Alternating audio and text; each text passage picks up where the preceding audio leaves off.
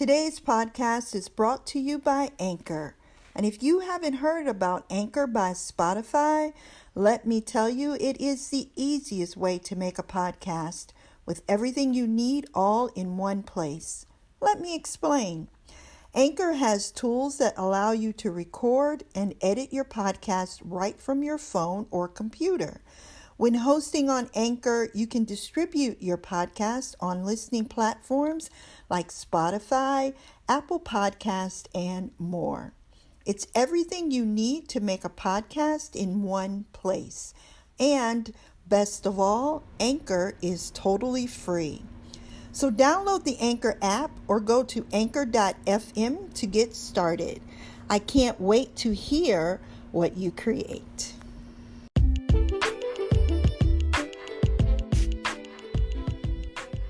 Don't be afraid of your fears.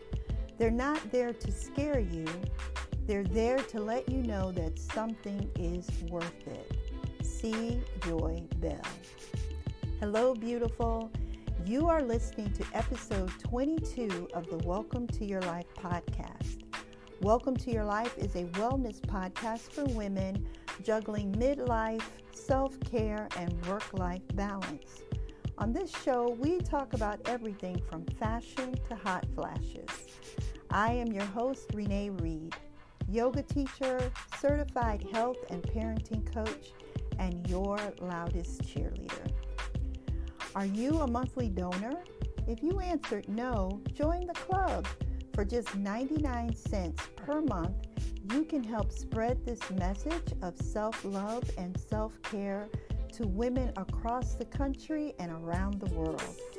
Your donations also help us to provide free or low-cost yoga classes to women who may not otherwise get to experience the life-changing benefits of yoga. Join today. We can't do what we do without you. Don't forget to leave a comment and share this episode with someone you love. Hit the subscribe button so you don't miss the next juicy episode. Now listen, grab your journal because on today's show, I will be giving you 4 strategies that you can use to move through your fears and get what you want. Fear will always be with you, but once you understand that and use the proper coping strategies, you can move through it and not stay stuck in it. Let's get started.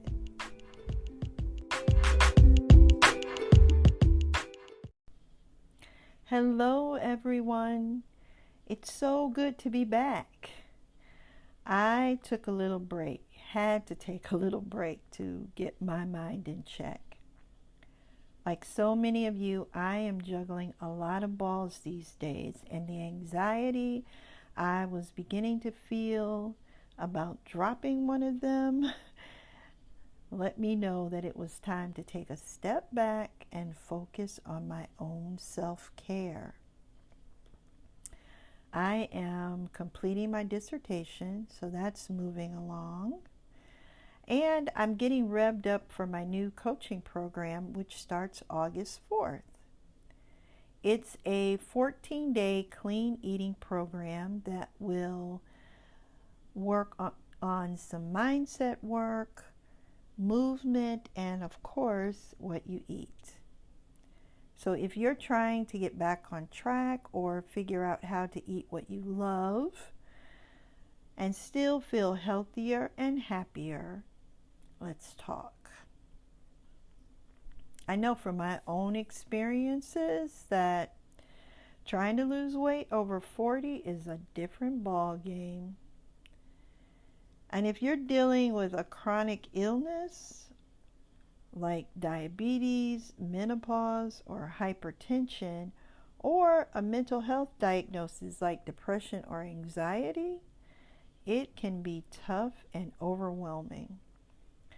This program is based on my dissertation research, and I cannot wait to share it with you all, so watch out. I'm also trying to be a good wife, a mother, a nana, And what I am finding out is that because we juggle so much as women, it is vital, top priority to our physical, mental, and spiritual health to work on our mindset on a daily basis. Mindset work is not something that ever ends. You just get better at it. And in order to get better at it, you have to work on it every single day. So this week, I'm doing something a little different on the podcast. I'm devoting an entire week of episodes towards helping you to find strategies that will reset your mindset so that you can move in your purpose. In today's episode, I am going to share 4 of my favorite. So there are so many things you can do, but today we're going to focus on 4 of them. Because a healthy mindset that supports and doesn't fight you when you are moving into new territory is crucial. It's the foundation for whatever you are attempting to do with your life. So whatever you are trying to accomplish in life, if your mindset is jacked up, you ain't going to accomplish nothing. And one thing that I have found, again from personal experience and being hard-headed, is that if you don't change the way you think, you're going to repeat the same patterns over and over again. So you're going to, keep picking the wrong guy, or keep moving from job to job looking for a boss that will finally realize how great you are, or give up friends because they just don't understand you. If that sounds familiar, maybe, just maybe, you need to check in with your mind. So today we are going to focus on fear and how you can move through it towards the things you need, want, and desire. Fear plays a big role in how we think and move in the world. But like our quote said from today, don't be afraid of your fears. They're not there to scare you.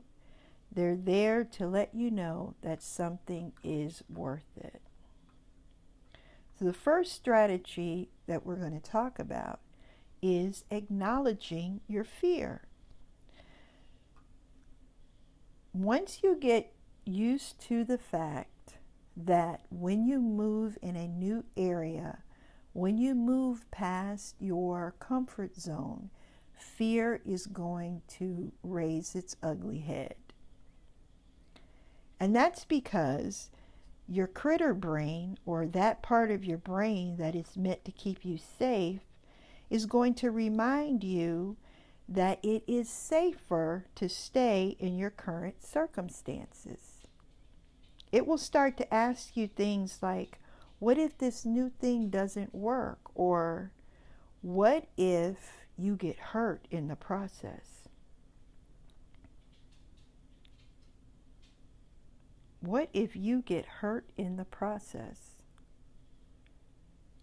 When we are asked that question, many of us turn around and walk in the other direction, because no one wants to feel discomfort. But nothing great happened in the comfort zone. I'm not sure who said that, but it is completely and absolutely true. So nothing great that you want to happen with your life is going to happen while you stay tucked away in the comfort of those self-defeating thoughts. When you acknowledge the discomfort, then you combat fear, because now you're acknowledging it and you're moving towards it. And fear breeds indecision. When you're afraid, you stay stuck where you are. So I want to encourage you today, whether you take a giant leap to conquer your fear or small daily steps, you must move on it every single day. The second strategy is to speak your fears out loud. So many of us are afraid to say what we're afraid of because we think that by saying it, it's going to make it come true. But the truth is that fear grows in the shadows of our minds. And if we're too afraid to acknowledge its existence, then it will continue to grow and grow and grow. But when you speak your fear out loud, then you can deal with it head on. Staying silent allows it to ruminate in our minds and destroy our self-confidence. When we speak it out loud, we take back our power. So ask yourself these two questions. What is the worst thing that can happen if I do this thing, whatever this thing is? And then ask yourself, what is the best thing that can happen? Now, instead of being stuck in fear, you have given yourself choices. So I just did this exercise with a client. She wanted to get a new job, so we were doing some mindset work to see what, barriers or blocks she was holding on to that were preventing her from moving forward in her career. She was tired of the office politics and the feeling she had that her life was being controlled by someone else. Does that sound familiar to anyone? But as we dug deeper, as we, really begin to do the mindset work and to really have some, intense conversations, she realized that what she really wanted was to start her own business. But she was afraid. It was much easier for her to keep applying for jobs she didn't want and complain about not getting them than it was for her to face the realization that she wanted more in her life.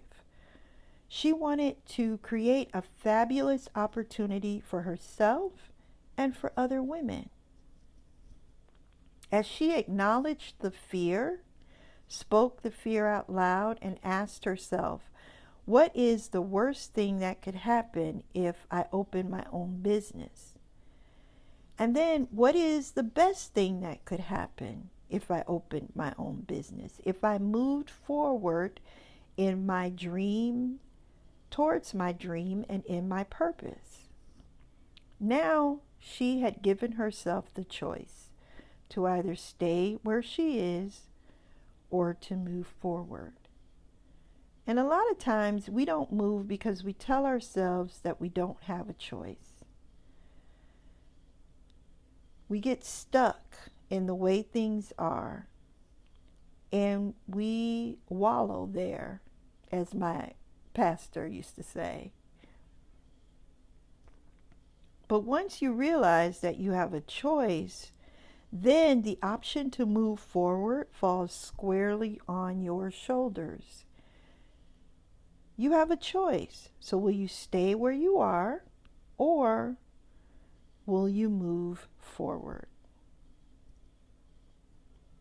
Ultimately, our lives are a culmination of choices, And whether you're afraid or not, you have to live with the outcome. I see this in the women that I've served. These women have been diagnosed with a chronic illness, and they're struggling with this illness hard, because the decisions that they make could literally mean life or death for them. So they're stuck. So this brings us to our third strategy. Limit the amount of time you have to decide. This will help, especially if you are frozen in fear. I actually learned this strategy from my Aunt Maggie.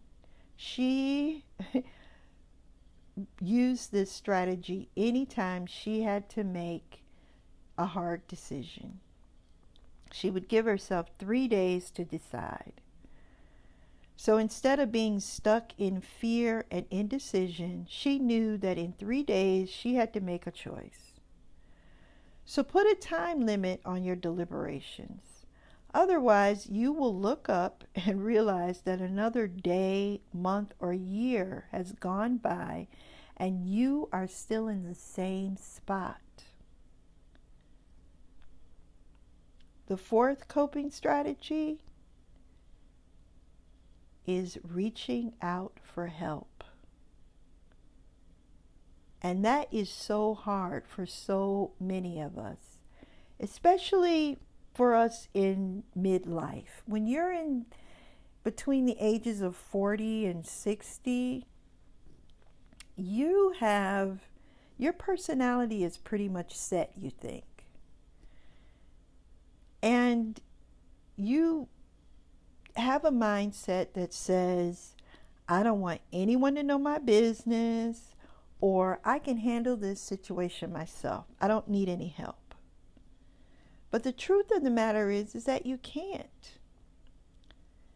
So our mindset now has us locked in fear and isolation. We're actually isolating ourselves from the people who love us, from the people who can help us, from the people who know how to guide us through this situation that we find ourselves in.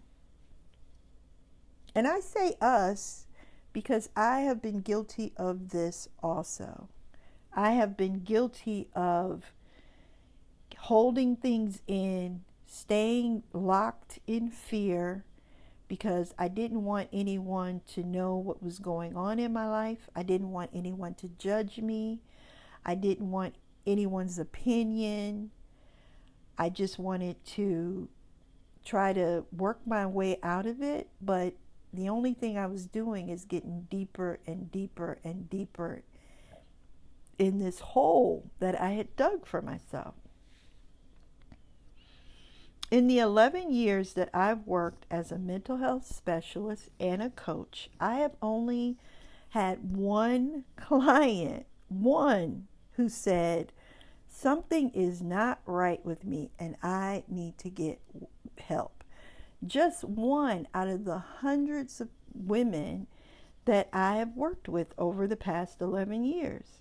The rest of my clients waited 2, 3, sometimes 4 years before seeking help. And these are years that they lost and they can't get back. If you have a need, a want, or a desire, if you know that you are not living in your purpose because you are stuck in fear, then don't be afraid to reach out for help. And this help can come from a professional source, a therapist, a coach, a psychologist, or a natural support. A family member, a friend, a coworker. Just do it. Reach out for help. Someone out there is waiting for you to step into your purpose. And when you step into your purpose, you are going to unlock so much potential joy and happiness in your life and in the lives of others, because we are not islands. We are not moving through this world alone. We're connected, all of us, one to another, whether we want to acknowledge that fact or not. When I move in my purpose, then I'm able to help the women who are in my circle, and they're able to help the women who are in their circle, and it trickles on and on and on. We can empower each other. We can unleash a power that is unprecedented, but we can't do that if we continue to be afraid of what we want, afraid to go after what we want. So I'm going to get off my soapbox. Well, not really. So what I want you to do is I want you to take out a piece of paper or your journals, and at the top of the page, I want you to write down the thing you want, need, or desire. I want you to write down the purpose to which you believe you have been called. So you can either write down something you want, need, or desire, or you can write down the purpose to which you believe you have been called.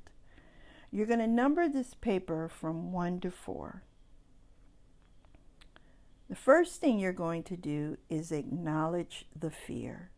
You're going to write down why you are afraid and what small step you can take to help you begin the journey. Number 2, you're going to speak your fear out loud. And you can speak it out loud by writing it down in your journal. Ask yourself, what is the worst thing that could happen? And what is the best thing that can happen? Number 3, give yourself a time limit to decide, but it cannot be over 3 days. We're using Aunt Maggie's rules here. So it cannot be over 3 days. Anything longer than 3 days, and you're going to be stuck. Number 4, ask for help.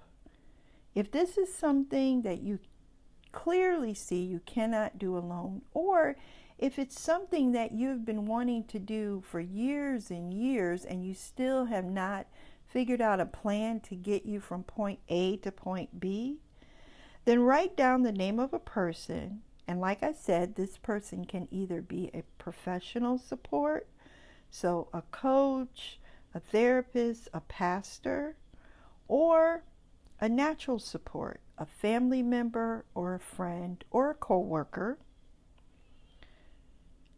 And then call them. So don't just write down their name, but actually contact them. If you're between the ages of 40 and 60, we still use the phone, but if texting is your thing, then go ahead and text them.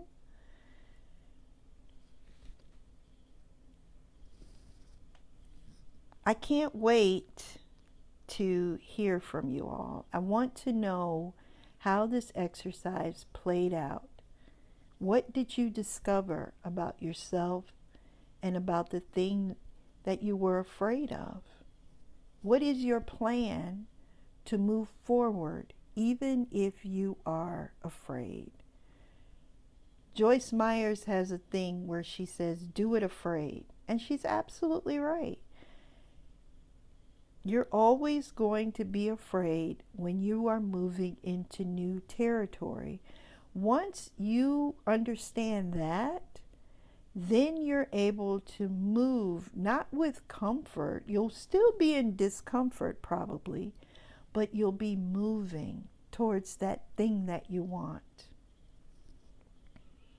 And this activity is something that I completed when I decided to go into my coaching practice. I was afraid.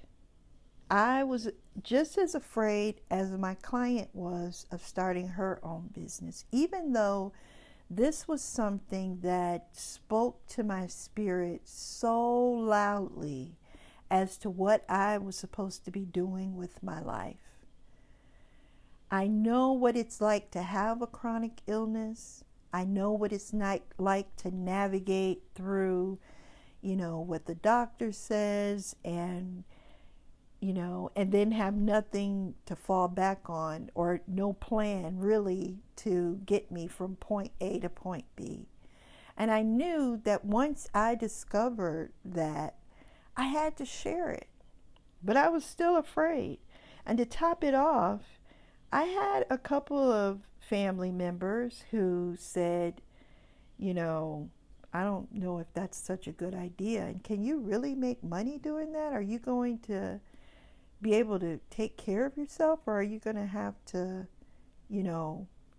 just do it on the side forever and still work your full-time job?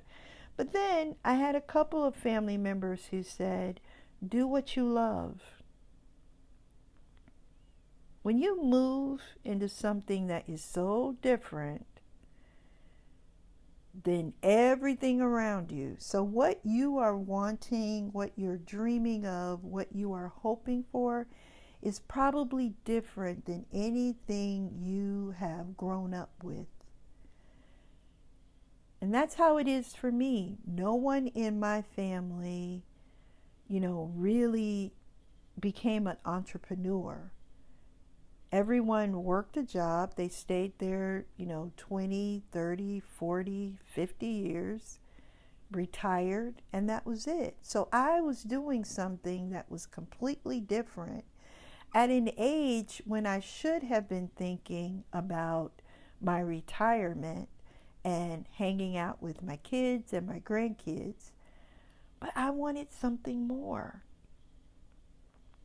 So I had to write down, what's the worst thing that could happen if I didn't start my coaching practice or start this podcast or have gone back to school to earn my doctorate? The worst thing that could have happened for me is waking up one day and realizing that I did not pursue something I loved. And regret is something you do not want to feel. And the best thing that could happen is that I could reach women across the country, even the world, who were struggling with midlife decisions just like I was. They were afraid to make a decision about their health, their relationships, their parenting, their self-care, just like me. So I chose to move forward. Now, it hasn't been easy. I still have to step on fear's neck every once in a while to remind it that it is not in control. But now I expect it. And the more you do it, the more you move in your purpose, it becomes easier. Because giving up is not an option.